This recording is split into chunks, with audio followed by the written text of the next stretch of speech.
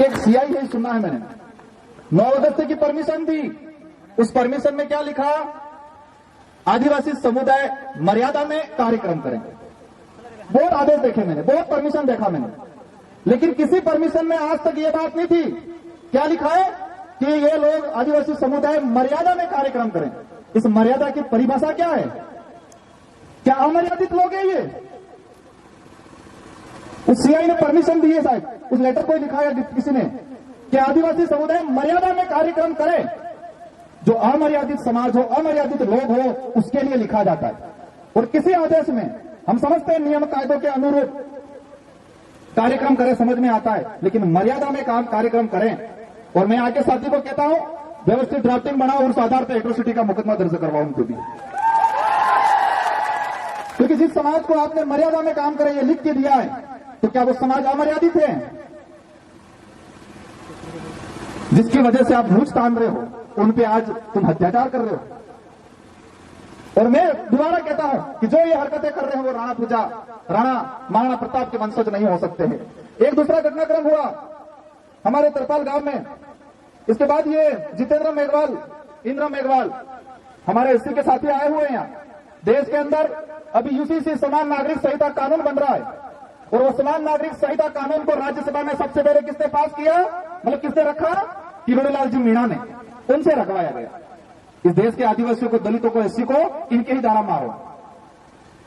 और हवाला क्या दे रहे हैं? एससी के भाइयों को क्या बता रहे हैं कि भीमराव अंबेडकर जी ने संविधान सभा की जो डिबेट हो रही थी, और संविधान सभा की डिबेट के दौरान भीमराव अंबेडकर जी ने समान नागरिक संहिता का हवाला दिया था। यही आरएसएस के लोग एससी वाले लोगों को यह बता रहे हैं कि भीमराव अंबेडकर जी खुद चाहते थे कि यूसीसी आए, समान नागरिक संहिता कानून बने।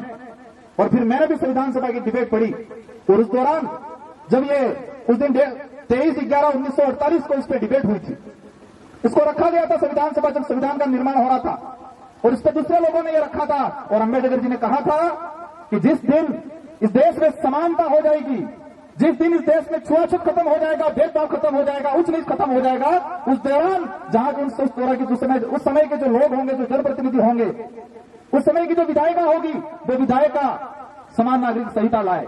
ये बोला था उन्होंने।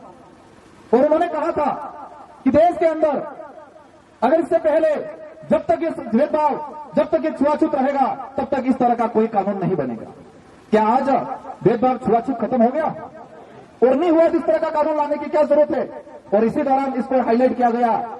सायरा बानू कांड 2016 के अंदर एक जजमेंट आया, सायरा बानू ने अपील की थी, माइनॉरिटी को भी इसमें घसीट लिया, और यहां पर किरोड़ीलाल जी के द्वारा इसको लाया गया। आदिवासी समाज इस इलाके में चलता है कि ईसाई है, वो है। न आदिवासी समाज न तो ईसाई है, न हिंदू है, न बौद्ध है, न सिख है। आदिवासी समाज धर्म पूर्वी व्यवस्था वाला समाज है। ये मान लो आप दिमाग में। कई जनों को लग रहा होगा इमरती क्या विधायक, क्योंकि हम इतने कट्टर बने हुए, जोरदार कट्टर बने हुए। धीरे धीरे समझ में आएगा आपको।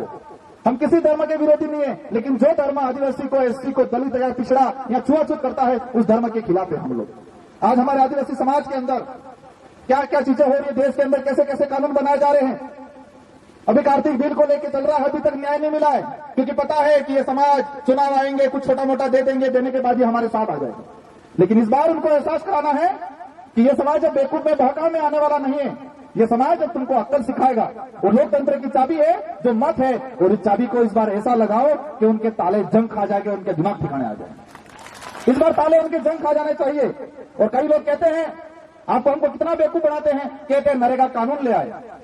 अभी राजस्थान सरकार एक कानून लाई, मृत शरीर सम्मान विधेयक, और उस कानून में यह है कि कोई भी गरीब आदमी अगर उसके परिवार की किसी लोग की हत्या हो गई है तो उसको लेकर न्याय नहीं मांग सकता है। ऐसा कानून बना रहे हैं ये लोग, और हमको थैली दे रही थे, थैली दे दे के खुश हो रहे। और हमारा पढ़ा लिखा वर्ग भी कितना शानदार है, किताब पढ़ के अधिकारी कर्मचारी बन गया, और बनने के बाद बोट शूट लगा के शानदार रहता है, और कहता है हमारे लोगों को जो धोती या जो कल्चर कार्यक्रम करते हैं तुम क्या गवाह जैसे कर रहे हो। उनको कहना चाहूंगा, आप जो बूट शूट लगा के आज खड़े हो, अगर ये संस्कृति नहीं होती तो आपको सर्टिफिकेट नहीं मिलता, और आपको सर्टिफिकेट नहीं मिलता तो आप अधिकारी कर्मचारी नहीं बनते।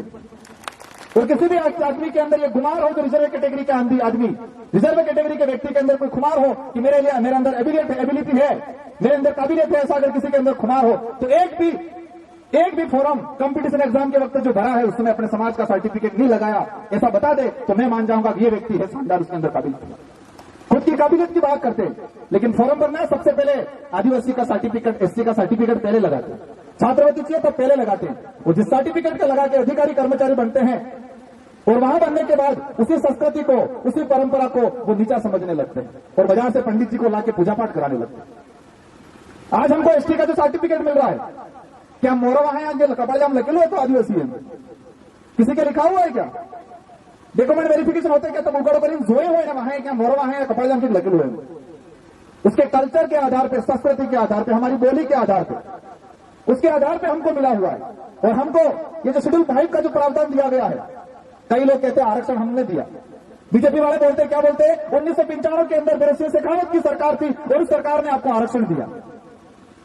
ये शेड्यूल 5 का जो प्रावधान है 1935 के अधिनियम से प्रक्रिया चली थी और 1975 के अधिनियम, आजादी से पहले हमारे पूर्वजों ने अंग्रेजों से लड़ झगड़ के इस प्रावधान को, शेड्यूल 5 के प्रावधान को दिया गया है। उन्होंने भीख में नहीं दिया हमको।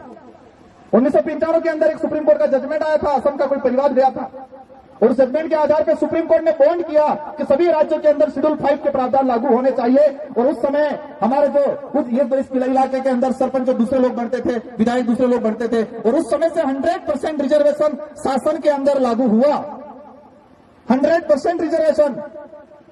कई बार हम बोलते हैं 100% रिजर्वेशन, कई लोग हंसते हैं, उनको पता नहीं है 100% रिजर्वेशन शासन में लागू है। शेड्यूल एरिया के अंदर सभी सरपंच आदिवासी बनते हैं, इस बात को समझना है। और मैं आज आगे कहना चाहूंगा कि कालकी बाई को जो मारने में जो सहयोगी थे और उस सरकार को भी हम अवगत कराना चाहेंगे कि इस मामले को आपने दबा दिया। कन्हैयालाल के परिवार को 50-50 लाख रुपए दिए, 2 नौकरियां दी और यहां पर अभी तक एट्रोसिटी के तहत जो प्रावधान है पैसों का, सहयोग का, वो भी नहीं दिया गया। और आने वाले समय में आज हम जो आए हैं आपके बुलाने पे आए हैं, लेकिन आज इस चीज को अच्छे से समझेंगे और हमारी जो मांगे हैं, अगर वो सरकार नहीं मांगेगी, इस परिवार को सरकारी नौकरी नहीं देगी, इस परिवार को आर्थिक सहायता नहीं देगी और इस जो कालकी बाई को मारने में जो सहयोगी लोग थे उनको अगर गिरफ्तार नहीं करेगी तो उदयपुर संभाग में बड़ा आंदोलन होगा, पूरे उदयपुर संभाग में।